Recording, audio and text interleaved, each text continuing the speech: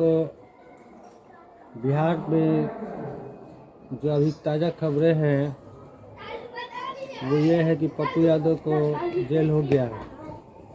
पप्पू यादव वास्तविक नाम राजेश रंजन पूर्णिया लोकसभा क्षेत्र से निर्दलीय सांसद हैं। वे लंबे समय से बिहार की राजनीति में सक्रिय रहे हैं और कई मौक़ों पर मीडिया में सुर्खियां में आए हैं, कभी चुनावी बयानबाजी के लिए, कभी कोर्ट कचहरी मामलों के लिए। सबसे नया अपडेट यही है कि 31 साल पुराने मामले में गिरफ्तारी। 6 फरवरी 2026 की रात पटना पुलिस पप्पू यादव के आवास पर पहुंची और उन्होंने पुराने 1995 के केस में सिलसिले में गिरफ्तार किया। यह मामला किराए के घर पर कब्जे करने से जुड़ा है और कोर्ट में गिरफ्तारी का वारंट जारी किया था। पुलिस ने काफ़ी शांतिपूर्ण तरीके से कार्रवाई की, लेकिन समर्थकों और पुलिसों के बीच नोकझोंक भी हुई। इस दौरान पप्पू यादव ने खुद आरोप लगाया कि यह सब सिर्फ राजनीति मायने रखता है और उनके खिलाफ साजिश रची गई है।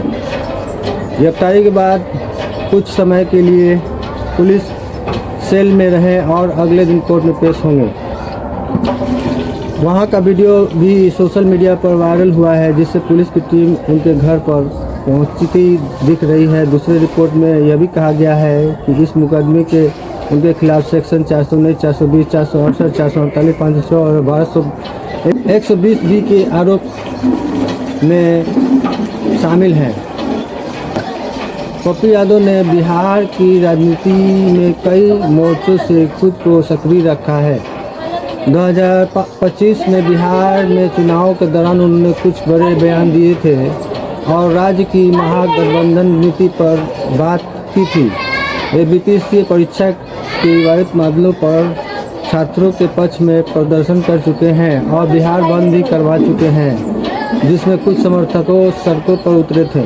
2025 में उन्होंने बीपीएससी के प्रीलिमिनरी परीक्षा विवाद में सुप्रीम कोर्ट तक मामला ले जाने का ऐलान भी किया था। पिछले साल भी उन पर मॉडल केस ऑफ कंडक्ट उल्लंघन का मामला दर्ज हो चुका है, जब उन्होंने बाढ़ पीड़ितों को धन वितरण किया था। उस टाइम हो चुका है। राजनीति विवाद और बयान में यही कह सकते हैं, पप्पू यादव अपनी बयानबाजी के लिए भी चर्चित हैं। उन्होंने कभी कभी बड़े बड़े नेताओं पर आरोप लगाए हैं और कतिपय मामलों में विवादित टिप्पणियां भी की हैं। उदाहरण के लिए 2005 में उन्होंने यह कहा था कि उनके ऊपर दर्ज मामलों का राजनीतिक कारण है। इस प्रकार के बयान अक्सर मीडिया और सोशल नेटवर्क पर चर्चा में रखे जाते हैं, लेकिन प्रभावशाली नेता रहे हैं। उनके समर्थन में लोग और विरोध के लोग दोनों रहे हैं। कुछ लोग उन्हें गरीबों के पक्ष में बोलने वाला नेता मानते हैं, जबकि आलोचना उन पर आरोप और विवाद खड़े करने का आरोप लगते रहे हैं। हालिया गिरफ्तारी ने बिहार की राजनीतिक गर्मी को और बढ़ा दिया और यह मामला अगले दिनों में और चर्चा का विषय बने रहने की संभावना है। पटना पुलिस ने पप्पू यादव को गिरफ्तार किया। यह मामला 35 साल पुराना है और अदालत की कार्रवाई के चलते गिरफ्तारी हुई। उन्होंने समर्थकों और पुलिसों के बीच बहस भी हुई। पप्पू यादव ने राजनीतिक साजिश बताया है। यह बिहार राजनीति में कई विवादों और अगुवाई के मामलों में जुड़ चुके हैं।